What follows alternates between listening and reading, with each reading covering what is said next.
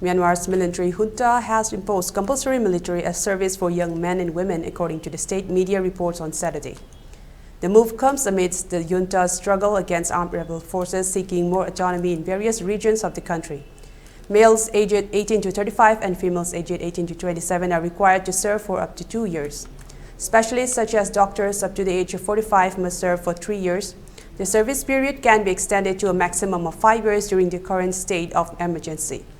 Myanmar has been in a state of turmoil since the military coup in 2021, which ousted an elected government.